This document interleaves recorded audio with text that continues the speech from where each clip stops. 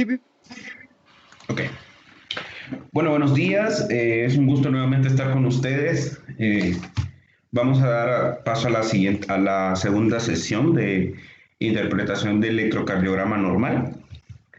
Bueno, pues parte de lo que hablamos la sesión del día de ayer, el potencial de membrana en reposo dado por la presencia de cargas negativas y positivas intracelulares y que los cambios de estas cargas son expresados como el potencial de acción en la célula miocárdica, que la despolarización y repolarización tienen una dirección y sentido en la célula que actúa como sin sitio y que pues tenemos dos tipos de células a nivel cardíaco, las células de respuesta rápida y las células de respuesta lenta. Las células de respuesta lenta o células marcapaso y las células de respuesta rápida o contráctiles y las fibras de Purkinje. La activación de las cámaras cardíacas pues está dada por la dirección que tiene el impulso en el sistema cardíaco, que inicialmente se activan las aurículas derecha e izquierda respectivamente, posteriormente el septum y luego las paredes libres de los ventrículos, y que cada una de estas direcciones de activación miocárdica pues van a generar vectores en las cámaras auriculares y en las cámaras ventriculares. Que la exploración de este impulso eléctrico a través de las cámaras cardíacas, a través de electrodos exploradores que van a tomar una especie de fotografía de cada una de las direcciones de los impulsos eléctricos generados a nivel de las cámaras, y que pues estos electrodos van a generar en el electrocardiograma al menos 12 derivaciones, 6 en el plano frontal y 6 en el plano horizontal. Las 6 en el plano frontal pues son las de los miembros. De ellas pues extraemos dos bipolares que son de 1, 2 y de 3, y las unipolares que son ABR, ABL y ABF o ampliadas. Que cada una de estas derivaciones pues nos va a servir para evaluar las diferentes áreas o caras del corazón, que las derivaciones de 2, de 3 y ABF pues ven la cara inferior, de 1 y ABL la cara lateral, B1 y B2 el septum, 3, 4 y 5 precordiales, cara anterior, y B5, B6 cara lateral baja. Que esto es importante, les decía ayer, para la ubicación electrocardiográfica el área afectada generalmente por isquemia en el corazón.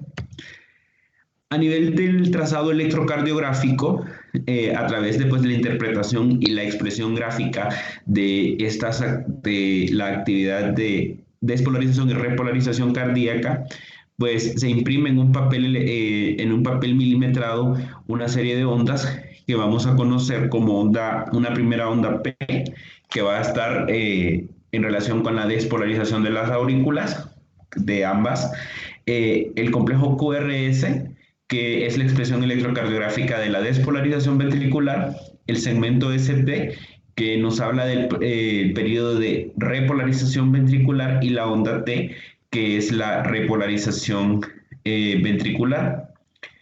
En el caso del intervalo QT, pues nos habla de todo el periodo de activación del ventrículo de despolarización y repolarización. La primera onda del electrocardiograma es la onda P. Está descrito que debe de tener una amplitud menor de 2.5 milímetros, pues dígase la amplitud, la altura a partir de lo que es la línea isoeléctrica en el trazado electrocardiográfico o la línea base, y pues al punto del mayor amplitud o el acme de la onda P, pues debe de ser menos de 2.5 milímetros y una duración de hasta 0.10 segundos.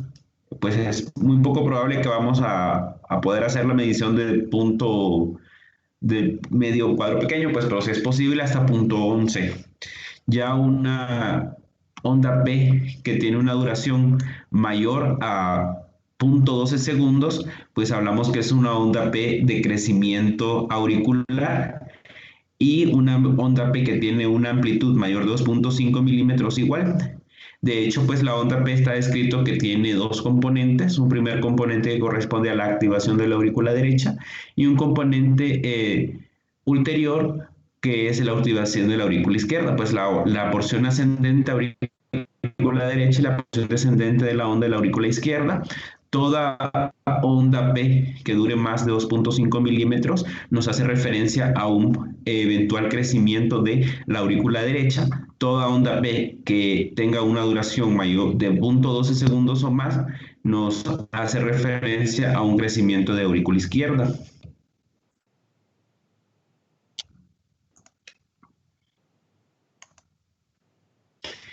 Tiene algunas morfologías específicas en algunas de las derivaciones y pues algo que quiero que se lleven a casa es que la onda P debe de ser negativa siempre y bifásica en B1, pero esto sí, negativo en ABR debe de ser siempre, porque como recordemos, pues la activación, el eje eléctrico sí puede cambiar, pero la activación ventricular es muy poco probable que vaya de derecha a izquierda, de izquierda a derecha, por un marcador de una adecuada colocación de los electrodos son P positivas en ABR, es muy probable que el médico que tomó el trazado electrocardiográfico lo haya invertido los electrodos y por tanto es una forma de saber que hay que adecuada del electrocardiograma. El siguiente complejo u ondas en el electrográfico es el complejo QRS. El complejo QRS está formado por 3 ondas características y clásicas, aunque pues más adelante veremos de que no siempre encontramos una Q, siempre una R o una S. Las 3 juntas va a tener una duración de al menos 0.10 hasta 0.10 segundos o 0.11. Ya un complejo QRS que mida 0.12 o más, ya es un complejo QRS ancho o ensanchado. Deben de estar limpios, sin melladuras ni empastamientos, posiblemente vamos a ver ello, y predominantemente positivo en la mayoría de las derivaciones, excepto ABR. ¿Por qué igual? Porque el impulso se aleja del electrodo explorador en el brazo derecho y por tanto pues va a imprimir una deflexión negativa. Y positivo y negativo en B1 y B2 igualmente por la misma razón, y B3 y B4 disfásico. La onda R en B5 y B6 no debe de ser mayor de 25 voltios y la onda S en B1 y B2 no debe de ser mayor a 8 milivoltios. Comenta que la onda Q no siempre va a ser patológica a menos que tenga una duración de mayor a 0.04 segundos, amplitud o una improfundidad mayor de 1/3 de la onda R necrosis miocárdica. Existen algunas variaciones, como les comentaba, en en el complejo QRS. No siempre va a tener los 3 componentes. Puede tener una onda R pequeña y una S profunda, un RS, un RS minúscula, puede ser un complejo QS, que en algún momento lo van a escuchar, y esto es un complejo QS, y igual pues a mí me causó un poco de conflicto a la hora de entenderlo, pues solo es una deflexión negativa única y pues así es el nombre, pues bueno, no lo vamos a cambiar. Para mí es una Q profunda, pero está descrito como una QS en los pacientes que tienen un proceso de infarto crónico. Algo muy importante es que si la onda es positiva y hay más de una onda positiva, la ulterior va a ser nominada con un apóstrofe o con o va a ser nominado R' minúscula o R' mayúscula. Cualquier onda totalmente negativa en el electrocardiograma, es lo que les comentaba, es QS, se indica necrosis. Cuando la onda es menor a 5 milímetros, se va a nombrar con una letra minúscula. Si la onda es mayor a 5 milímetros, pues se nombra o se le adjudica una letra mayúscula. Es por tanto que acá, por ejemplo, pueden ver una onda R de baja amplitud con una S profunda, muy probablemente mayor de 5 milímetros, pues una onda RS. Algo igualmente importante acá es que en algunas bibliografías van a encontrar estas designaciones como RM, y eso significa pues que es una R mellada, una R de amplitud mayor de 5 milímetros y que está mellada o empastada. Eso es lo que nos indica. Igual lo pueden ver acá, un QS con pues la onda negativa con empastamiento. A eso se refiere. tenemos un trazado electrocardiográfico normal y pues como pueden ver acá, sí la morfología de los complejos QRS tiene variaciones respecto a cada una de las derivaciones y pues eso hace referencia a los cambios o a las diferentes formas que los electrodos exploradores observan el potencial de eyección desde cada una de las diferentes perspectivas. Y pues el análisis de estas ondas es lo que nos, pues posteriormente, si ustedes se adentran más en el estudio de la electrocardiografía, pues nos va a permitir hacer algunas deducciones de algunas patologías que podemos diagnosticar en el electrocardiograma. Algo importante es lo que les describí acá. Siempre vamos a tener ondas S de mayor amplitud en las derivaciones derechas y ondas R o complejos QRS predominantemente positivos en las derivaciones izquierdas, y pues es por la dirección que tiene los vectores de despolarización 1, 2 y 3 en el electrocardiograma, principalmente el vector 2, que es el vector de despolarización de la masa ventricular izquierda, que tiene una importante amplitud, producto pues del importante grosor de la masa ventricular izquierda y que se dirige a B5 y B6 y por tanto pues es un complejo predominantemente positivo en estas derivaciones izquierdas, y como las derivaciones B1 y B2 ven al vector 2 que se aleja importantemente más que los vectores 1 y 3, que son de menor magnitud, como lo pueden ver acá en este esquema, pues igual son complejos QRS predominantemente negativos. Algo que en algún momento también van a escuchar es la progresión del complejo QRS en las derivaciones precordiales, y se refiere a esto, que normalmente en las derivaciones B3 y B4 va a haber un cambio en la configuración isodifásica de los complejos QRS, de predominantemente negativos en las derivaciones derechas a predominantemente positivos en las derivaciones precordiales izquierdas, y este cambio se va a dar principalmente entre las derivaciones de B2, B3 y B4. Cuando nosotros encontramos, por ejemplo, sí que me va a salir un poco del tema, pues no del tema, sino que voy a algunas cosas que no nos competen ahorita, pero por ejemplo, si nosotros encontramos complejos QRS que tienen morfología de ventrículo derecho, por ejemplo acá en las derivaciones B5 y B6, pues podríamos hablar de que el corazón está dextrorrotado. Si nosotros, por ejemplo, también tenemos complejos QRS en las derivaciones complejos QRS de característica de ventrículo izquierdo, en las derivaciones B1 y B2 podríamos hablar de que el corazón está levorrotado. Y pues eso es lo que les hablaba, pues de cómo el electrocardiograma nos puede inclusive decir en qué posición, pues, si la punta del corazón está hacia adelante, si la punta del corazón está hacia atrás. Pues es algo para mí fascinante.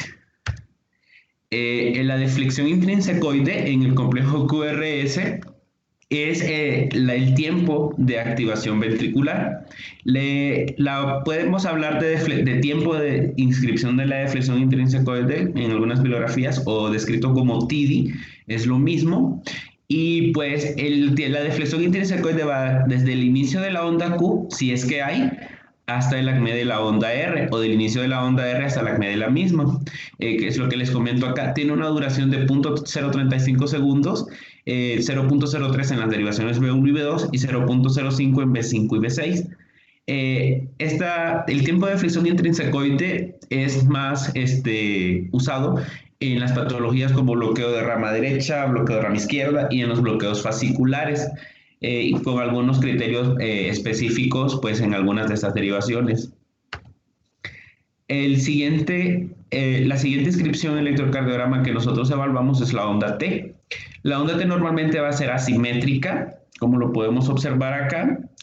Va a tener una componente normalmente negativa en ABR y B1, igual es una indicación de una adecuada toma del electrocardiograma, y normalmente positiva en D2, D3 y ABF, en B3 y B6, aunque en algunas personas, hasta en el 25% de las mujeres, podemos encontrar ondas T negativas en D2, D3 y ABF sin ningún otro cambio que no nos indican anormalidad. Es una variante normal y que pues debemos de conocer de que puede pasar en las mujeres, inclusive en los niños menores de 6 años y en los pacientes obesos en la derivación de 3. Y estos cambios pues no necesariamente indican alguna patología. Si no tiene ningún antecedente, si no hay ningún otro cambio en el electrocardiograma, no tiene ninguna clínica, pues debemos de saber pues que es parte de la normalidad en este porcentaje de la población. Algunas descripciones del Bayes de Luna, que no debe ser mayor de 6 milímetros en el plano frontal y no mayor de 10 en el plano precordial. Sin embargo, pues más que la amplitud en milímetros, nosotros evaluamos la morfología de la onda T, si está acuminada, si está aplanada, si está negativa, y es lo que nos va a indicar alguna patología asociada. Acá, por ejemplo, podemos ver una onda T de características normales, una onda T bifásica, que pues, igualmente puede ser normal, una onda T mellada o bífida, que puede estar asociada, por ejemplo, que esta no sea meramente una onda T, sino que sea una onda U, como posteriormente vamos a hablarlo, una onda E amplia o baja o una onda T aplanada.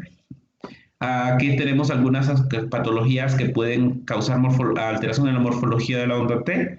La hipercalemia, que es las concentraciones elevadas de potasio, pueden darnos una onda T alta y acuminada. Alteraciones en la repolarización en algunos pacientes con algunas anomalías valvulares. La isquemia puede darnos una onda T negativa, dependiendo en las derivaciones que esté afectada a la irrigación del corazón. Alteraciones en la contractibilidad, igualmente pueden darnos una disminución o una inversión en la onda T, o puede estar igualmente prolongada en los pacientes que tengan alteraciones electrolíticas y que pues puede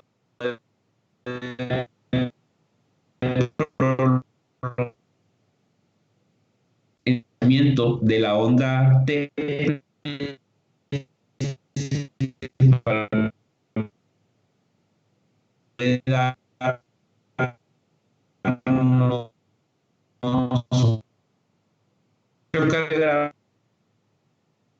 la voy a mencionar porque cuando está, tenemos que saber que pues, puede tener muchas causas. Es la onda U. La onda U es una onda generalmente positiva que prosigue a la onda T y que está asociada o que puede estar relacionada a la repolarización del sistema de Purkinje de los músculos papilares, la repolarización septal, o bien puede tener un origen mecánico, pues en el ciclo hemodinámico, en el ciclo cardíaco hemodinámico, pues se asocia a la fase de relajación isovolumétrica ventricular. Esta puede encontrarse hasta en el 60-90% de los pacientes sanos. Igualmente puede aparecer en casos de isquemia o sujetos digitalizados. Esto hace referencia a los pacientes que toman digoxina por cualquier causa de arritmia o falla cardíaca. En pacientes hipertensos y en pacientes que tienen sobrecarga del ventrículo izquierdo, que pues tienen alteraciones en la distensibilidad o contractibilidad miocárdica. Acá tenemos un ejemplo de la onda U. Acá tenemos una onda T característica, generalmente pues está acuminada, y una onda U que le sigue. Es muy tenue, muy difícil, pues muchas veces de una forma, si nosotros vemos el electrocardiograma de forma rápida, pero sí lo podemos encontrar. Acá tenemos igualmente una onda que sigue a la onda U, una onda U que sigue a la onda T, como lo podemos observar principalmente en las derivaciones B1. Acá se puede observar igualmente en la derivación D2, pero pues tenemos que hacer una búsqueda exhaustiva, o también en algunos pacientes, pues cuando tenemos unas ondas T que se pueden ver así melladas o con dos cúspides, pues podemos sospechar de que es una onda T y tenemos que ver la morfología detalladamente. El siguiente punto a evaluar en el electrocardiograma pues son los intervalos o segmentos.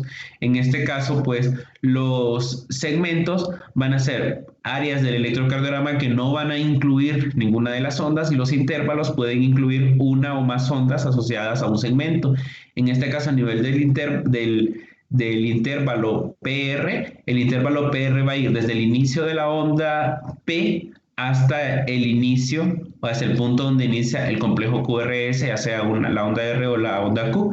En el caso del segmento PR, va a ir desde el final de la onda, desde el final de la onda P hasta el punto donde inicia el complejo QRS. Esto es importante, pues, porque si se confunde, puede ser que en las bibliografías se use indistintamente, pero vamos a ver pues que hay algunas patologías que se hacen la diferencia. En este caso el intervalo PR se refiere o es la expresión electrocardiográfica del retraso fisiológico del paso de la conducción eléctrica a través del nodo auriculoventricular. Si ustedes leen un poco más del nodo auriculoventricular, vamos a encontrar al menos 4 áreas del nodo AB y que cada una de ellas va a tener una composición histológica diferente en mayor o menor concentración de tejido conectivo y anillos fibrosos que le van a dar pues ese cambio en la velocidad de la conducción y que va a ir desde el inicio de la onda P, como les comentaba, hasta el inicio de la onda Q o la onda R, el intervalo PR, con una duración de 0.12 a 0.20 milisegundos. En los ancianos, inclusive puede ir hasta 0.22 milisegundos. ¿Por qué? Porque el tejido a nivel del nodo AB está más degenerado, hay más depósitos de colágeno, hay más depósitos de tejido fibroso y por tanto se retrasa mucho más la conducción en el anciano. Hasta 0.22 milisegundos e inclusive, ustedes lo leen en otra bibliografía, hasta 0.18 milisegundos en los pacientes que tienen frecuencia cardíaca mayor de 110. Es algo que lo pueden encontrar también. Las alteraciones en el intervalo PR pueden ir desde su prolongación hasta su acortamiento. La prolongación del intervalo PR nos va a hacer referencia a los pacientes que tienen bloqueos de la conducción auriculoventricular. Mayor de punto 20 ya nos hace sospechar en un bloqueo y dependiendo pues de la dinámica que sean estos bloqueos de un latido a otro, pues vamos a hablar de bloqueo de primero, segundo o tercer grado.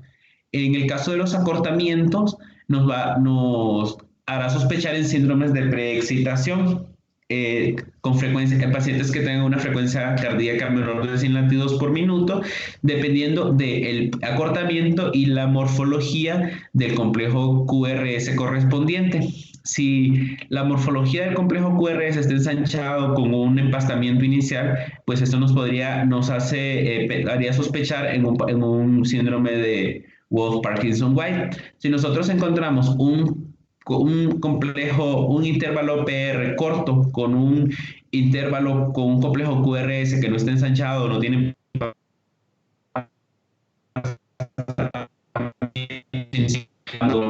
pero pues ya esos son criterios de patologías específicas. Por otra parte, en la evaluación de este fenómeno en el electrocardiograma, también se evalúa lo que es el segmento PR. El segmento PR, acuérdense que es el área isoeléctrica que no incluye ninguna de las ondas.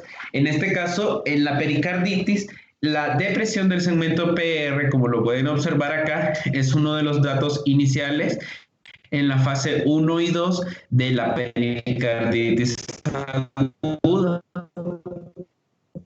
Nosotros tenemos que dolor precordial, que tiene un dolor que se exacerba durante la inspiración profunda o que se exacerba cuando el paciente se inclina hacia adelante o cuando tose y aparte se le hace un electrocardiograma y ustedes encuentran que este segmento PR está deprimido, pues muy probablemente sea paciente con una pericarditis aguda y pues es una forma de hacer la sospecha antes de llegar a los estudios ecocardiográficos o resonancia. El siguiente fenómeno que vamos a evaluar en el electrocardiograma es el segmento ST. El segmento ST es la expresión electrocardiográfica del periodo de inactividad entre la despolarización y la repolarización. Es este punto de acá, que algunos describen que desde el punto J o el punto final de la culminación de la onda S hasta el inicio de la onda T. Normalmente lo que evaluamos acá es su morfología con respecto a la línea isoeléctrica. Si está en el mismo nivel de la línea isoeléctrica, pues hablamos de que es un segmento ST isoeléctrico. Si está por debajo, hay una depresión del segmento ST y si está elevado, pues hay una elevación del mismo. Y es lo que les comentaba, la unión del complejo QRS y el segmento ST es el punto J que ya casi no lo vemos, usamos mucho en la clínica, pero sí la elevación del punto J en algunas patologías debe hacernos sospechar en alteraciones en la repolarización o bien en patología isquémica. Las elevaciones del segmento ST igualmente están asociadas a cardiopatía isquémica, a pericarditis aguda en en la fase 3 y a bloqueos de la conducción, principalmente bloqueo de rama izquierda y crecimientos ventriculares. La depresión del segmento ST está igualmente asociada a isquemia, lesión o necrosis. En algunos pacientes, en los pacientes que utilizan digitálicos, digitoxina o digoxina o guaina, estos pacientes también pueden tener una depresión del segmento ST en forma de cubeta o también en forma, le hablan de pala de albañil, que es conocido como cubeta digital y es un signo electrocardiográfico de digitalización, algo que igualmente pues lo van a escuchar en algún momento. La cubeta digitálica no nos habla de intoxicación por dioxina, sino de que el paciente está impregnado con el fármaco. La presencia de marcapasos ventriculares ectópicos, el crecimiento ventricular izquierdo, igualmente el bloqueo de rama izquierda en las derivaciones de 1 y B6 pueden deprimir el segmento ST y las extrasístoles ventriculares, pues que ya tienen una morfología diferente a la del ritmo de base. El intervalo QT es el siguiente punto de valor en el electrocardiograma, representa lo que es la activación ventricular, la sístole eléctrica ventricular. Es inversamente su duración va a ser en una relación inversa con la frecuencia cardíaca, a mayor frecuencia cardíaca menor QT, a menor frecuencia mayor QT. Normalmente va a tener una duración de hasta 0.44 segundos. Algunos hablan de hasta 0.47 en mujeres, 0.44 es lo normal, pero pues en cardiología un intervalo QT mayor de 0.52 es lo que nos indica que haya un peligro para el desarrollo de principalmente taquicardia ventricular. La onda U, lo que les comentaba anteriormente, puede ser un fenómeno que interfiere en su medición. Es por eso que hay algunas recomendaciones para medir adecuadamente el intervalo QT. Y pues se hace más hincapié en la medición de la onda T. Se dice que podemos trazar una línea perpendicular a la rama descendente de la onda T, y donde esta línea perpendicular se una con la línea de base, hasta ahí nosotros vamos a hacer la cuantificación o la medición del intervalo QT. Por ejemplo, acá pueden ver, tenemos una onda U que prosigue a la onda T. Sin embargo, no vamos a medir hasta el final de la onda U, sino que la rama descendente de la onda T, sobre ella vamos a trazar una línea, y donde ésta se una con la línea isoeléctrica, hasta ahí vamos a medir el QT, que es lo que tienen que tener en cuenta para hacer la medición, porque si ustedes miden hasta acá, muy probablemente nos va a dar al menos 0.04 milisegundos más, y pues podemos incurrir en errores. Algunas recomendaciones asociadas, como medirlo en las derivaciones de 2, B5 y B6 usando el promedio de los valores obtenidos en al menos 3 ciclos, es otra forma, cuando el ritmo es irregular. O en la fibrilación auricular, que pues podemos hacer el promedio de al menos 10 latidos. 10 latidos en vez de 3, pues es un ritmo con mayor irregularidad, y pues podemos tomar el promedio de al menos 10 latidos, pero a veces es muy poco probable, muy poco común que lo hagamos, pero sí está recomendado hacer las mediciones de esta forma. El intervalo QT igual lo podemos corregir según la frecuencia cardíaca. Existen, como pueden ver acá, un sinnúmero de fórmulas, cada una de ellas pues dependiendo de cómo ustedes estén acostumbrados a usarlas.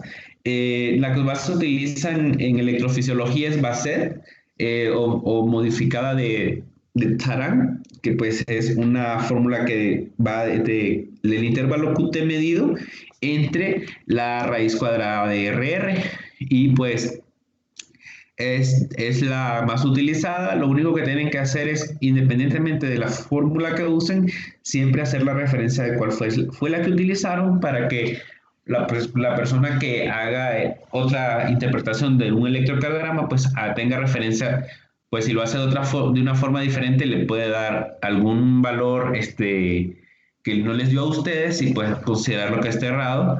Es preferible que usemos siempre la misma fórmula. Entonces, ustedes ponen QT corregido por Basset y es la forma de, ustedes ya se protegen ante cualquier crítica. Otros intervalos que evaluamos en el electrocardiograma es el intervalo PP, que es desde el final de la onda, desde el inicio de la onda P hasta el inicio de la siguiente. Pues la reacción que el nos permitirá hacer el análisis de probables bloqueos sinoauriculares. El otro intervalo que evaluamos es el intervalo RR, que es el punto que va desde el acme de una onda R hasta el acme de la siguiente, y este nos va a permitir hacer la interpretación de la frecuencia cardíaca y la frecuencia auricular. El posterior es el intervalo RP, que es pues ya cuando tenemos taquicardias supraventriculares y queremos saber si son atípicas o típicas, pero pues ya eso es un poco más complejo. Ahora, ¿qué es lo que evaluamos o cuál es la interpretación básica del electrocardiograma? ¿Cómo iniciamos? Lo primero que tenemos que hacer es saber si el electrocardiograma está bajo un ritmo sinusal. Pues quiere decir que si es realmente un trazado electrocardiográfico donde el nodo sinusal es el que está comandando. ¿Cómo podemos saber eso? Pues hay algunos criterios que nos tenemos que aprender muy bien. Son 6, son muy prácticos. Y pues que uno es que una onda P que debe preceder a todos los complejos QRS, que esta onda P no tenga variaciones en la morfología en una misma derivación, el intervalo PR sea constante, el intervalo PP constante con RRs constantes, y que la onda P sea positiva en D1, D2 y ABF, y que la frecuencia cardíaca sea de 60 a 100 latidos por minuto. En el caso de la presencia de ondas P, siempre nos hablará de que la activación está a nivel auricular. Sin embargo, si hay algún cambio en la morfología de la onda P en una misma derivación, eso nos puede hacer sospechar de que la activación auricular o que la activación a nivel del nodo esté fallando y que podemos encontrar focos ectópicos, por tanto la onda P pueda cambiar de morfología. Entonces, todos aquellos electrocardiogramas que cumplan estos criterios, nosotros lo vamos a designar como un ritmo sinusal. Cuando no se cumplan la mayoría de estos criterios, pues como vamos a ver más adelante, algunos que no necesariamente se pueden cumplir, pues podemos sospechar de que el ritmo sea no sinusal. Por ejemplo, un paciente que tenga ondas P con cambio en su morfología, por ejemplo, en el trazado B1, como lo podemos ver acá, ya no es un ritmo sinusal. Entonces, más que hacer un diagnóstico preciso, ustedes lo deben de designar como ritmo no sinusal. O si no hay ondas P que preceden al QRS, es un ritmo no sinusal, y es lo que nosotros debemos a nuestro nivel pues designar.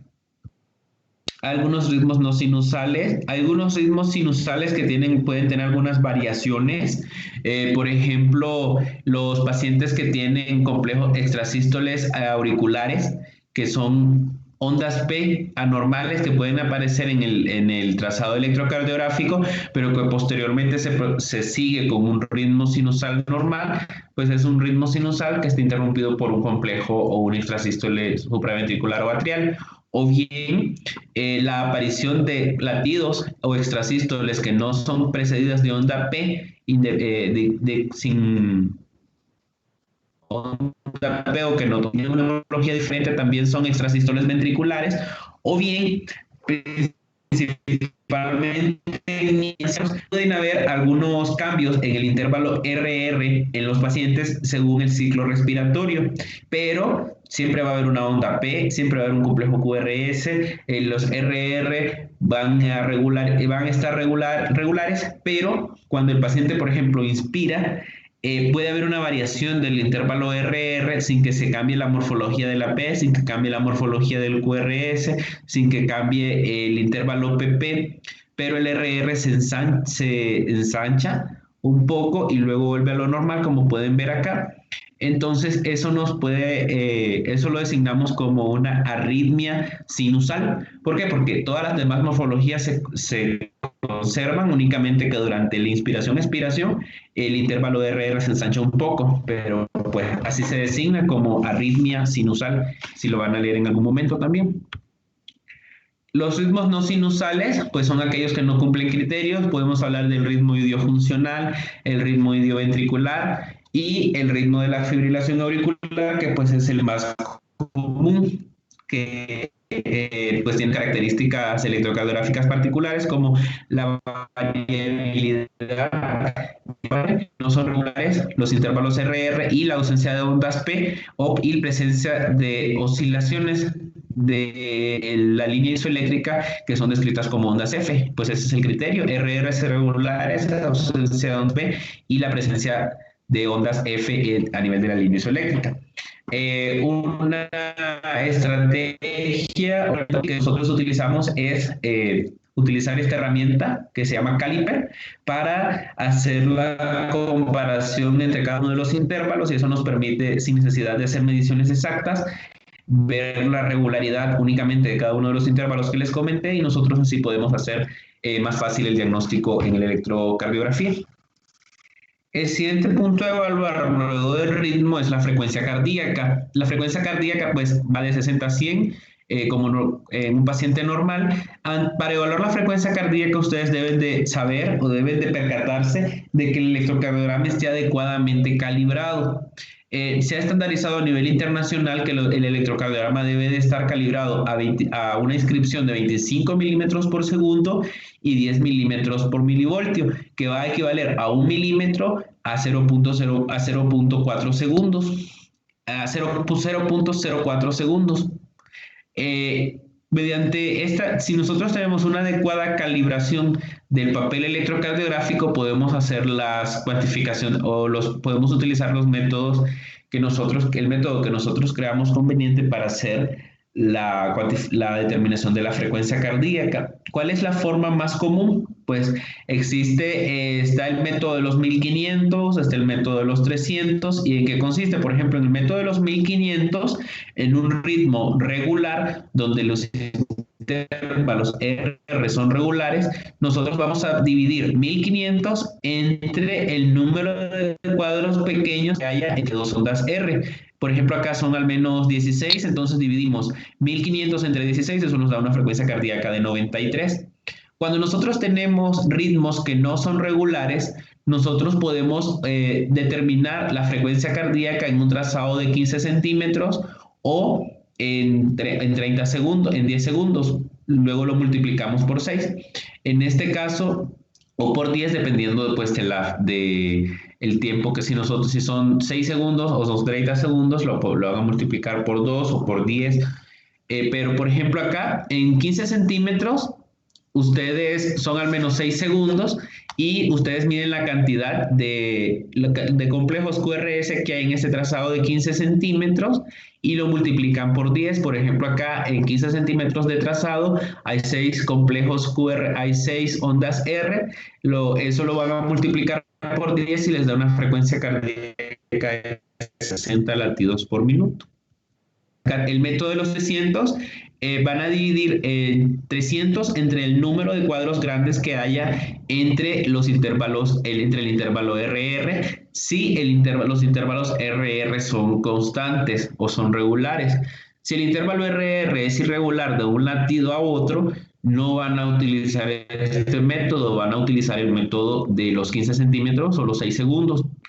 Entonces, en este caso, estos intervalos RR son regulares. Nosotros vamos a tomar un intervalo RR al azar y vamos a contar el número de cuadros grandes que hay y eso lo vamos a dividir entre 300. Se lo vamos a dividir a 300. Por ejemplo, acá hay 1, 2, 3 cuadros grandes, 300 entre 3 a 100 latidos por minuto.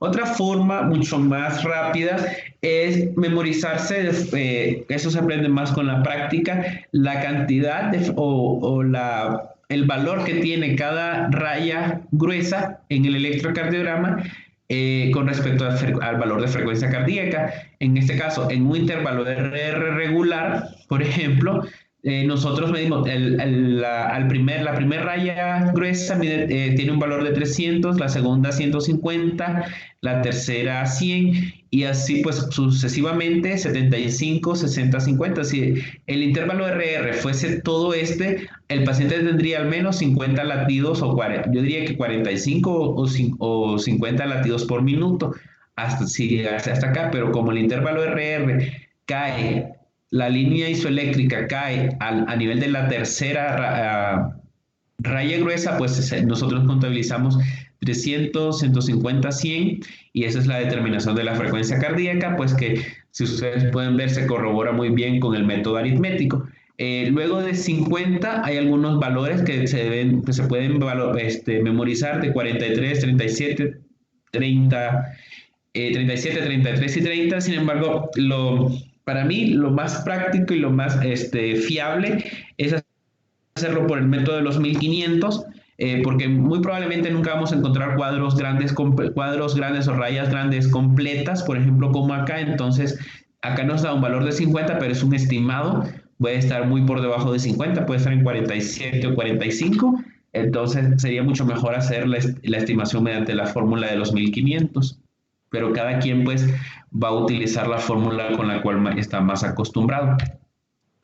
Existen también algunas herramientas como la regla electrocardiográfica que nos permite no solo medir la frecuencia cardíaca, sino también hacer evaluaciones del QT, del eje electrocardiográfico y corregirlo, como ustedes pueden observar acá.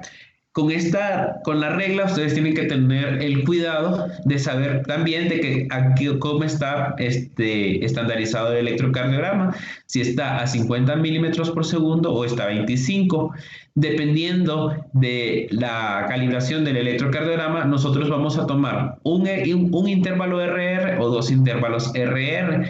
Si el papel está calibrado a 25 milímetros por segundo, nosotros vamos a utilizar dos intervalos RR para la cuantificación de la frecuencia cardíaca. ¿Cómo lo vamos a utilizar? Nosotros tenemos esta flecha acá. Esta flecha la vamos a colocar en el ACME de al menos un complejo QRS y vamos a empezar vamos a observar dónde en esta regla, dónde se ubica la siguiente onda R en el electrocardiograma.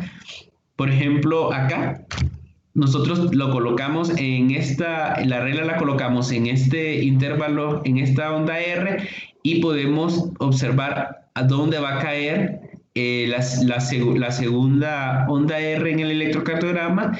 Recuerden de que el papel está milimetrado a 25 milímetros por segundo, entonces vamos a tomar dos intervalos RR para la cuantificación. Entonces sería el intervalo RR que nos va a designar la onda R, perdón, que nos va a designar la frecuencia cardíaca, y acá tenemos pues aproximadamente una frecuencia en 93, y es de esta forma, así es de esta forma que se utiliza la regla de EKG.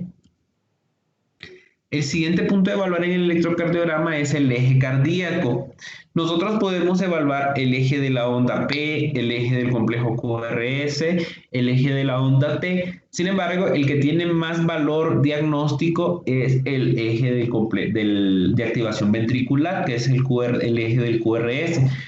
Para la determinación del eje de activación ventricular o el eje del QRS, nosotros vamos a utilizar el conocido trieje exaxial de Weil.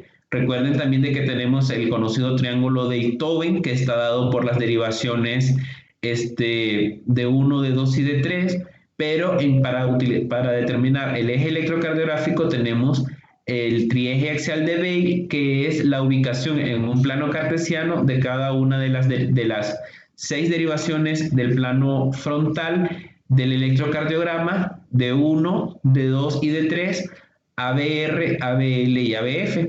La unión de estas tres, de estos tres ejes de activación de cada uno de estos electrodos nos da el trieje axial de Bell y que pues nos va a servir para hacer el cálculo algebraico o la determinación algebraica del eje de activación del QRS. El eje normal del QRS va a estar entre 0 y más 90 grados. Algunos autores hablan de que puede estar desde menos 30 a más 120 y pues es un indicador de normalidad. Sin embargo, la mayoría de las personas o en el corazón normal, decía mi profesor de fisiología, el corazón de Guyton, que es el que utilizamos más para fisiología, el corazón del paciente normal está a más 60 grados. De acuerdo con ese rango, las desviaciones del eje pueden ir de hacia la izquierda, que pueden ir desde 0 a menos 30, de 30 a 90 marcadamente a la izquierda, desviaciones a la derecha que van a ir desde 90 grados a 120 o marcadamente desviado a la derecha más de 120 o hasta 180. El cálculo algebraico del eje cardíaco es la forma mucho más precisa de hacer la determinación, tomando en cuenta algunos factores. No podemos utilizar la derivación de 1 y ABF. Existen también algunas bibliografías como el Castellanos, donde ustedes van a ver que el eje lo determinan con la derivación de 1 y de 3. Igualmente es admisible, pues tomando en cuenta que puede ir, como les decía, puede ir hasta más 120 el eje y a menos 30. Sin embargo, algo que tienen que tener muy claro es que para la determinación del eje algebraico, toda derivación positiva en el electrocardiograma va a sumar y toda derivación negativa va a restar. Es algo que cuando yo estaba haciendo mi licenciatura, a mí se me confundía. Yo a veces lo sumaba y ya el eje me salía pues sumamente mal. Entonces, si ustedes, por ejemplo, hacen la determinación del valor en D1, si D1 tiene más 3 y menos 4, pues sería más 3 menos 4 menos 1. Muchas veces algunos de nosotros tendemos a sumar los 3 y 4 y nos da 7, entonces si el eje se desvía demasiado y hacemos el cálculo erróneo. Algo que es importante igual que conozcan es que si ustedes utilizan D1 y ABF es mucho más fácil. ¿Por qué? Porque todo valor positivo del eje electrocardiográfico en D1 va a estar a su derecha o bien a la izquierda del plano cartesiano, y todo valor negativo en D1 va a estar a su izquierda o a la derecha del plano cartesiano. Igualmente es algo que puede tender a confundir, porque esta es nuestra derecha, esta es nuestra izquierda, pero en el plano cartesiano todo valor que se desvía a más de 0 es una desviación a la izquierda, pues hace más referencia a la izquierda del paciente o a la izquierda del plano, hacia la izquierda. Todo valor que se desvía a más de 90 a más es una desviación a la derecha, aunque normalmente ustedes, o así como lo estoy viendo yo, se va hacia la izquierda, pues no. Eso sí confunde a veces, pero no. Toda desviación hace referencia más a la izquierda del paciente y a la derecha del paciente, más que a nuestros miembros superiores o a nuestra perspectiva con respecto a la evaluación, pues. Y ahora, todo valor en la derivación ABF que tiene un valor positivo va a ir hacia abajo, y todo valor que tenga todo valor negativo va a ir hacia arriba.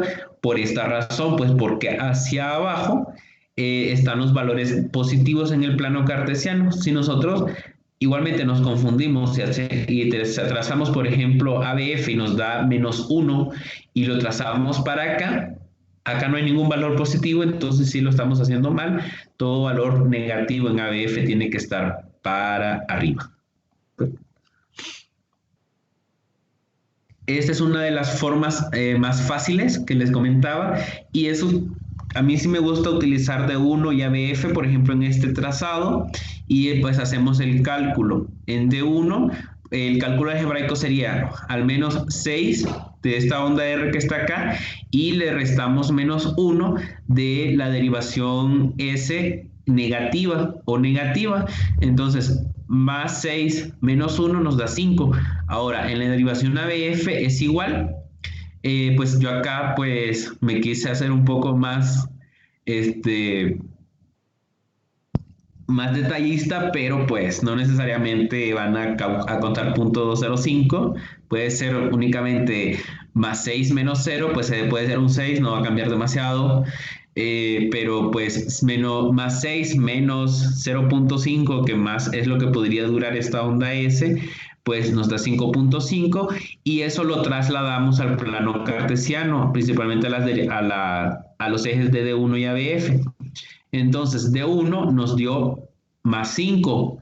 Entonces, como todos los valores en el plano cartesiano ubicados en D1 positivo van a ir a la izquierda, todo valor negativo va a ir a la derecha. Por tanto, acá lo tenemos más 5, entonces sería al menos 5 milímetros, lo ubicamos acá. Y acá sería 6 menos 0.5, pues 5.5 en ABF. Y lo que les decía, todo valor positivo en ABF lo vamos a ubicar en el plano cartesiano hacia abajo.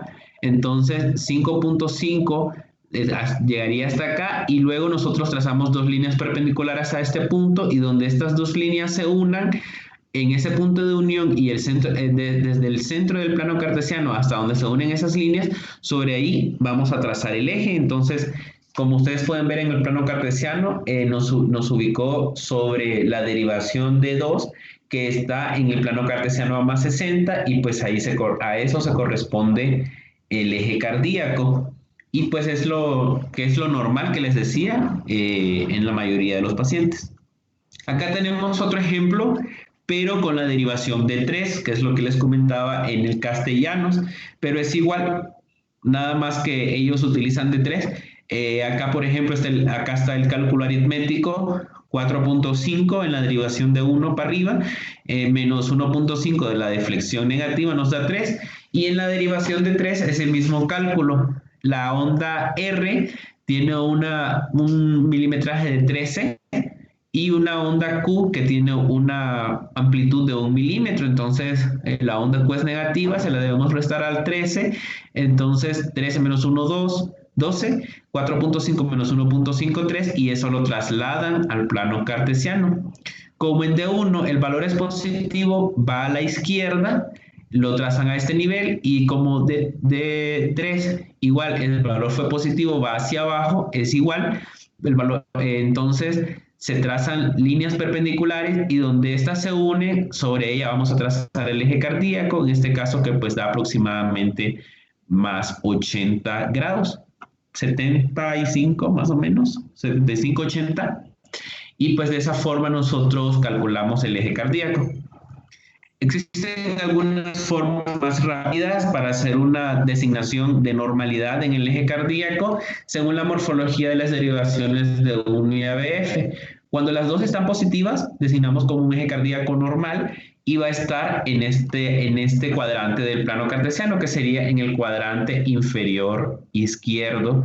En el caso de que la morfología de 1 sea positiva y ABF negativa, nosotros hablamos que el eje está desviado a la izquierda. ¿Por qué? Pues de 1 positiva se encuentra a este nivel, pero ABF está negativo y todo lo que está negativo en ABF va hacia arriba, entonces nos ubicamos en el cuadrante superior izquierdo del electrocardiograma, sería este nivel.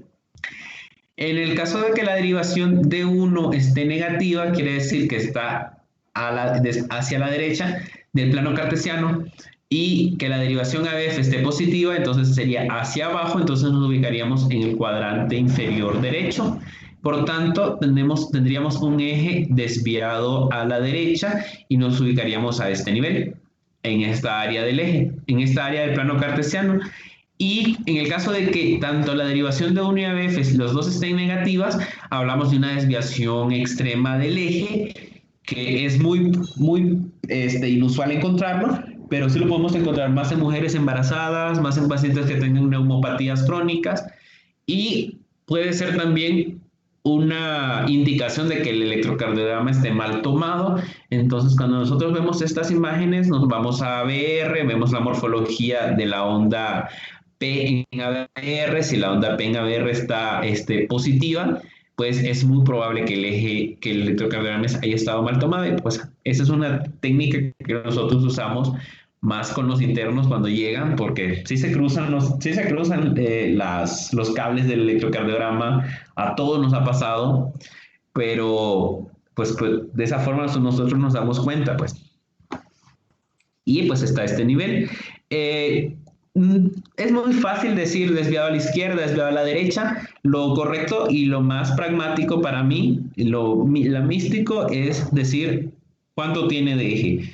Si tiene más 60, si tiene más 90, si tiene más 30 o menos 30. Más que decir meramente desviado a la izquierda, desviado a la derecha. Es una forma práctica de hacerlo, pero pues no lo aprendan. Prefiero mejor que hagan su... Yo lo que hacía siempre era trazar mi plano cartesiano y hacer la cuantificación, sumaba y restaba, y aunque me tardaba 5 minutos o a veces me tardaba más, porque sí se me confundía, lo hacía mejor trazado con el cálculo para hacer la designación mucho más fácil, porque pues no les voy a mentir, hasta que empecé ahorita a estudiar cardiología, ya se me hizo más fácil, antes no, sí estaba muy difícil para mí. Y lo otro es que les decía, acá es una designación igual de la desviación del eje según la morfología de las derivaciones de 1 y ABF, pues, pero es lo mismo. Existen algunas técnicas mucho más fáciles que pues a medida que nosotros vamos entendiendo o apropiándonos más del electrocardiograma lo podemos utilizar, y es que, como les decía, en el paciente normal siempre vamos a encontrar un eje en más 60, es la designación de normalidad. En este eje en más 60 siempre nos va a dar en las derivaciones de 1, de 2 y de 3 un complejo QRS predominantemente positivo como lo tenemos acá. Si nosotros hacemos un análisis del electrocardiograma según las morfologías de ellos, el cambio de morfología de la derivación de 1 y la derivación de 3 nos pueden indicar variaciones en el eje cardíaco.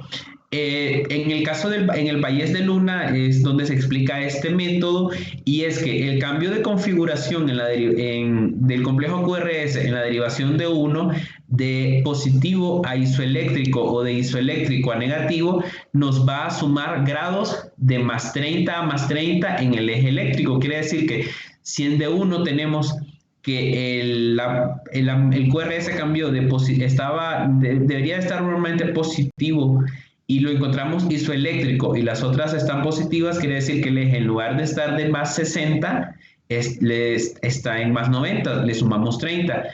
Si en otro trazado encontramos de que en D1 está negativo y en las demás positivas, no sería más 30, sino que sería el más 30 de A isoeléctrico y el más 30 A negativo, entonces sería más 60, 60 más 60 más 120, y a medida que el eje va cambiando, la morfología va cambiando de D1 y D2, nosotros vamos a ir sumando. Al contrario, en D3 se resta. Si nosotros vemos que está isoeléctrica en D3 y positiva en D1 y D2, quiere decir que D3 es el electrodo que cambió, la derivación que cambió primero. Por tanto, restamos, y pues así sucesivamente a medida que va cambiando el eje hasta llegar a más 120 en ambos. Es una forma mucho más práctica, pero pues al inicio pues sí cuesta un poco comprenderla, y es más metódica, pero si ustedes ven algunos libros de electrocardiografía, manuales de electrocardiografía, únicamente les dan las morfologías de los complejos QRS de 1 y 2 y 3, pero no se les explica pues cómo es que pueden entenderlo, y es de esta forma. Los cambios de D3, a partir de D3 se restan, los cambios a partir de D1 se suman, y las sumas van de 30 en 30. De positivo a isoeléctrico más 30, de isoeléctrico a negativo igual más 30. Acá, por ejemplo, cuando toda la derivación cambió y hay un cambio de morfología en D2, entonces serían 60, 30, 90, más 30, 120, más 30 del cambio de 2, más 150. Entonces, de esa forma se va determinando el eje.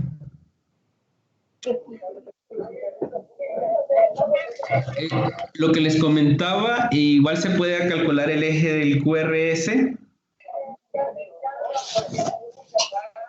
Se puede calcular, el eje de la onda P y la onda T, pero pues tienen menos utilidad clínica que el complejo QRS. Normalmente siempre hacemos la evaluación del eje de QRS para determinar si hay crecimiento ventricular o bloqueos de rama derecha o izquierda o bloqueos fasciculares. Acá les traje al menos dos ejercicios de repaso. Esta es la forma que a mí me gusta de hacer de hacer la interpretación electrocardiográfica. Tienen que ser muy metódicos. ¿Qué pasa? Si ustedes hacen una interpretación vaga de un electrocardiograma y se olvidan de hacer la interpretación de un segmento o una onda determinada, pueden pasar por alto diagnósticos. Igual puede pasar si ustedes no evalúan de forma metódica a un paciente. Pues, ¿qué fue lo que yo aprendí en el internado? Que decía, por ejemplo, lo primero que tiene que hacerle a un paciente es tomarle sus signos vitales. Igual en el electrocardiograma, lo que tienen que hacer es hacer la determinación de cada una de las ondas y segmentos e intervalos para saber si está normal. Ustedes primero se aprenden la normalidad y luego cuando ven que algo ya está normal, ustedes pueden hacer una determinación diagnóstica o pueden determinar que el electrocardiograma no está bien y pues ya buscar a alguien que esté más entendido en este tema y hacer una adecuada referencia. Pues tampoco es que crean que salimos de la licenciatura diagnosticando infartos o bloqueos de rama derecha. Sí puede ser. Hay estudiantes muy avesados, hay estudiantes muy interesados en este tema. No necesariamente es que vayan a ser cardiólogos o internistas, pues hay cirujanos muy buenos que estudiaron cuando estaban en la universidad y pues entienden el electrocardiograma y pues de eso se trata esta clase. Entonces, lo que les decía, el primer punto a evaluar es el ritmo. Acá les traje un borrador de cuáles son los criterios. Entonces, nosotros buscamos en el trazado electrocardiográfico que se cumplan cada uno de estos criterios. Bueno, hay una onda P que precede al QRS. En las derivaciones, por ejemplo, en cada una de las derivaciones la onda P no cambia de morfología. O sea, ustedes pueden ver acá en la onda P está positiva en D1, en cada uno de los latidos no cambia, en ABR está negativa, igual no cambia. Si buscamos en otra, por ejemplo, miremos en B6, hay una onda P que precede al QRS y la onda P tiene la misma morfología. Entonces, ¿qué pasa? Acá nosotros podemos decir que el ritmo es sinusal y así lo designamos. Los RR los evaluamos en D1 y D2, son regulares, entonces sí sabemos que el ritmo es sinusal. Ahora hacemos la determinación de la frecuencia cardíaca. Como los intervalos RR son regulares, nosotros podemos utilizar el método de los 1500 o el método de los 300. En este caso, pues yo utilicé el método de los 1500 entre el número de cuadros pequeños y pues eso me dio una determinación de una frecuencia cardíaca de aproximadamente 93 latidos por minuto. Pero de esta forma, pues son al menos 16 cuadros pequeños, 1500 entre 16 da ese valor, entonces así lo designamos. Posteriormente, calculen el eje del QRS y para calcular el eje del QRS, pues podemos utilizar la forma rápida, que es determinar hacia dónde está desviado el eje o en qué área está el plano cartesiano que nosotros trazamos con D1 y ABF y decimos, pues, vemos qué morfología tiene la derivación, el QRS en la derivación de 1, pues está positivo, nos ubicamos acá, y luego vamos a ABF, qué morfología tiene, igualmente está positivo. Entonces, según este método, si D1 está positivo y ABF está positivo, el eje está normal. ¿Qué quiere decir que está normal? Que pues tiene un valor entre 0 y más 90 grados. Pero como yo les decía, seamos un poco más específicos, podemos determinar el eje. Entonces, ya que sabemos que está acá, se nos va a hacer un poco más fácil. Nosotros decimos, D1 tiene un valor de aproximadamente 10 milímetros, ABF tiene un valor de aproximadamente 4, sería más o menos acá y acá, entonces este valor nos determina que el eje está aproximadamente en más 30 y es una forma de hacer el cálculo del eje eléctrico. Posteriormente evaluamos la morfología de las ondas. Siempre hay que evaluar la morfología de la onda P, lo que les decía. Los cambios en la morfología de la onda P nos indican crecimientos auriculares o alteraciones en la génesis del impulso eléctrico a nivel del nodo sinusal o focos sinusales ectópicos. Entonces, la onda P, siempre, el valor siempre tiene que ir desde hasta 0.11 segundos o no menor o no mayor, no mayor o una amplitud no mayor de 2.5 milímetros. Entonces, siempre tenemos que designar al menos en la derivación, evaluar en al menos una de las derivaciones el valor de la onda, la amplitud de la onda P y la duración, y nosotros podemos tomar D2 para hacer los cálculos o la evaluación de la onda P, el ritmo y cada uno de los intervalos. ¿Por qué? Porque si ustedes recuerdan, la derivación D2 es la relación que existe entre el brazo derecho del paciente, entre el brazo izquierdo del paciente y la pierna del paciente. Y es la derivación que mejor observa la dirección del vector de despolarización cardíaco por la ubicación de sus electrodos. Por tanto, va a ser la que vamos a mayormente usar para hacer las determinaciones de ritmo, para hacer la evaluación de las ondas y los segmentos en el electrocardiograma. Es por eso que ustedes siempre van a escuchar al cardiólogo o al médico decirles, tómale un D2 largo al paciente. Y es por esa razón, porque la derivación D2 es la que mejor observa el vector de despolarización cardíaco o la dirección de la activación ventricular. Entonces, evaluamos el D2, la onda P, pues aproximadamente tiene está positiva en D1, D2 y ABF, tiene una duración de 0.08 segundos y tiene 1 milímetro de amplitud. Entonces, así lo vamos a designar en nuestra evaluación del electrocardiograma. Posteriormente evaluamos el PR y pues les decía que el PR tiene una duración que va desde 0.12 hasta 0.20, aunque ya 0.20 es anormal. Ya un QRS un PR que tenga menos de 0.12 o más o 0.20 o más, ya indica normalidad. Entonces siempre tenemos que hacer la determinación de su duración. Por ejemplo, acá tiene que ir desde el inicio de la onda P hasta el punto donde inicia el complejo QRS, ya sea la Q o la R, y pues en este caso me dio una duración de 0.16 segundos, o pues también lo pueden designar en milisegundos, que serían 160, es lo mismo. Por otra parte, ya luego evaluamos el QRS. Con respecto al QRS, siempre vamos a evaluar la duración, si tiene una duración de menos de 0.12 segundos o más de 0.12.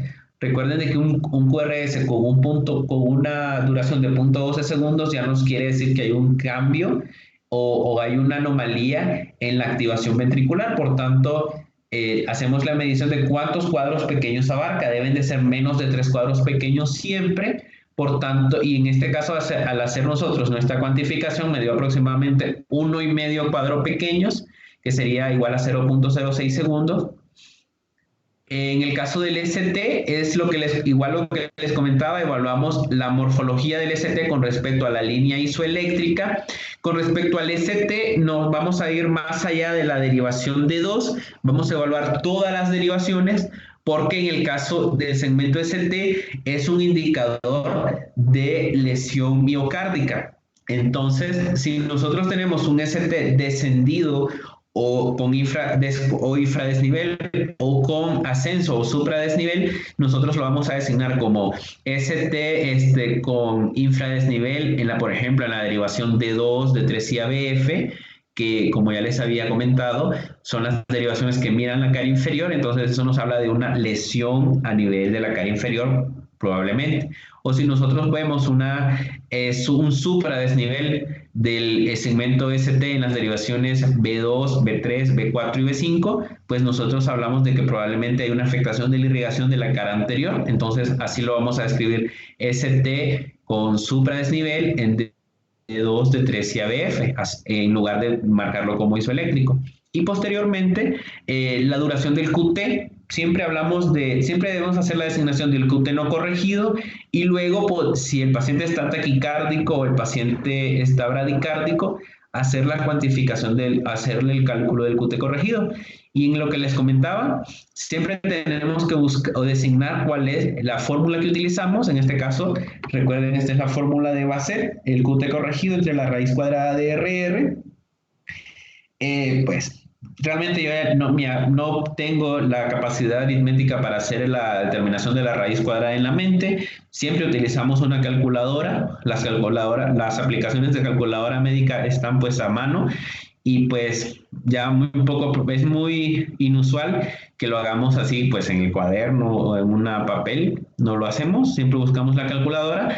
Y pues ahí encuentran el cálculo del QT corregido por Basset y pues en este caso nos dio 0.50. Recuerden que les dije de que el QT corregido, el QT pues normal es de 0.44, pero indicador de anormalidad o de riesgo es de más de 0.52. Entonces no está mal, no está anormal, está en 0.50. Van a encontrar también en algunos textos que puede ir hasta algunos que hablan de 0.44 y 0.47 en la mujer, pero sin embargo, QT corregido más de 0.52 es indicador de anormalidad. Este es otro caso. En lo que más, aparte pues si es un ritmo sinusal, la frecuencia cardíaca pues yo creo que sí es más fácil que se lo aprendan. Y acá es lo que les comentaba. Acá pueden ver para determinar el eje. Recuerden que les había dicho que según el cambio de morfología de las derivaciones bipolares de 1, de 2 y de 3, acá pueden ver una derivación de 3 que está negativa. Recuerden que les decía que para llegar a negativo tuvo primero que cambiar a isodifásico y luego hacerse completamente negativo. Entonces, recuerden que les dije de que si los cambios son en D3 se restan, si los cambios son en D1 se suman. Entonces, por tanto, yo pensaría de que este D3 estaba positivo, cambió a isoeléctrico, entonces sería 60, que es lo normal, menos 30, sería a más 30, pero como está predominantemente negativo, sería aproximadamente 30 menos 30, 0. Yo podría determinar de esa forma que el eje esté en 0. Podemos hacer el cálculo con el plano cartesiano y pues vemos que según el cálculo, por ejemplo, de D1 y ABF, D1 está isoeléctrico, ABF está isoeléctrico, entonces el cálculo estaría, el punto sería este nivel, entonces todos se caerían sobre la derivación de 1 que es aproximadamente en 0. Hay otra forma de hacer el cálculo del eje y es buscando la derivación en el plano frontal que esté más isoeléctrica, pero para esto sí se tienen que aprender los valores de cada una de estas rayitas en el plano cartesiano y pues sí, es un poco más difícil únicamente con la práctica continua, pero no nos equivoquemos, siempre hagamos el cálculo aritmético y pues aproximadamente está en 0 como les había comentado. Luego los valores de la onda P, el PR, el complejo QRS, el ST y el QT, que pues esos son meramente cuantificaciones del papel milimetrado y que se aprendan la normalidad. Lo que les decía, una onda P de 0.2 o más, de 2.5 o más, indica crecimiento auricular izquierdo y derecho, o el PR prolongado o el PR angosto de menos de 0.12 o más de 0.20 nos indica bloqueos auriculoventriculares o bloqueos de la conducción o síndromes de preexcitación. Un QRS de más de 0.12 o más, pues nos habla de un eventual bloqueo de rama derecha o crecimiento ventricular. El ST pues, en supradesnivel o infradesnivel, pues nos habla de alteraciones en la irrigación de de las cámaras cardíacas. Y el QT, pues que es un indicador de riesgo de taquicardia ventricular o un marcador de riesgo pronóstico en isquemia, según algunos protocolos. Pero eso lo que hay que aprenderse es los valores de normalidad, es lo que les corresponde a ustedes, pues ya el diagnóstico ya pues queda en manos del cardiólogo o del internista. Es lo que tenía para compartir con ustedes. No sé si quieren si tenemos tiempo, si se dan un tiempo y hacemos algún repaso o algo que les gustaría que les aclarara.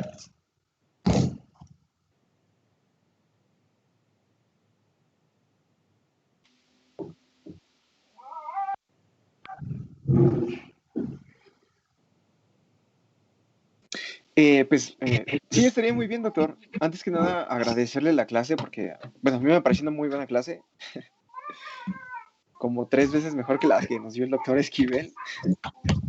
Entonces sí, agradecerle mucho la clase porque sí estuvo muy buena en realidad. Ok, muchachos, Muchas igual gracias. pues, dígame. Perdón, doctor.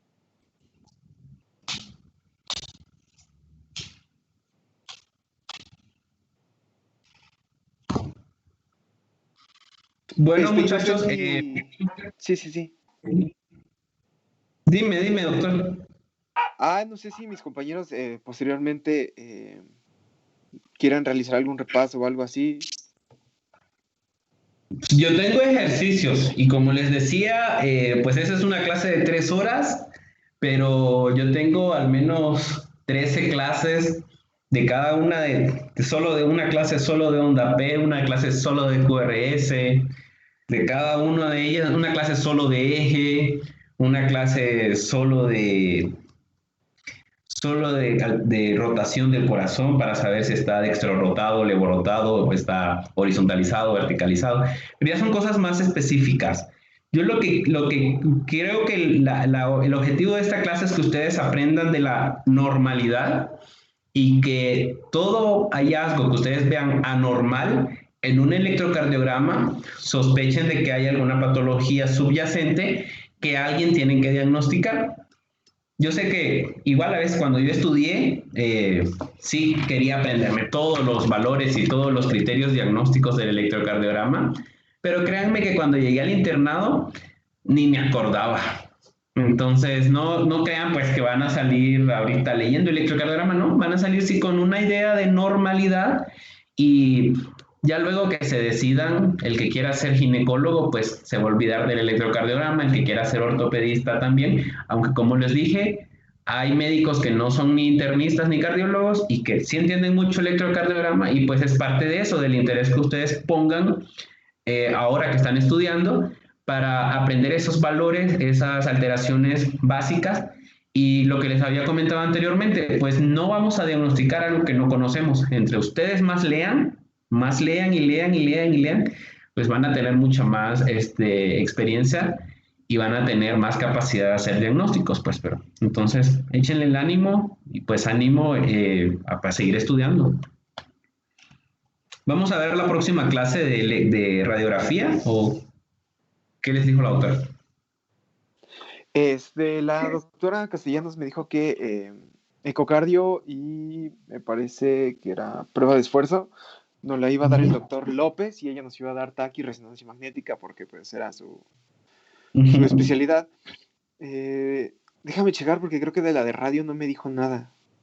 Pregúntale, y no sé si no sé si es radiografía de tórax o no sé o si la tienen ustedes, no sé si es otra, o se las dio alguien más. No, no, nada más medio, doc. Sí, nada más me dijo que ecocardiograma nos lo iba a dar el doctor López y resonancia magnética y tomografía ella. Quedarían libres Holter, prueba de esfuerzo y radiografía de tórax. Pues tú me dices, me avisas y me mandas un texto y me dices cuándo la vemos, ¿eh? No hay problema. Sí, doc, sale, vale. Sí, nada más que Sale.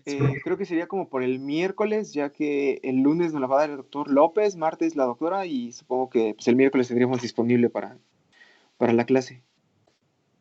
¿Miércoles? Sale, Sí, no hay doc, problema. miércoles. Sí, Sí, con mucho gusto. Sale. Es que pensaba que era 24, pero pasando muy mal de las fechas. Sale, no hay problema. sale, vale, doc. Sí. Sale, cuídense. Muchas gracias, doctor. Gracias, doctor. Igual, hasta luego, doctor. Estudien.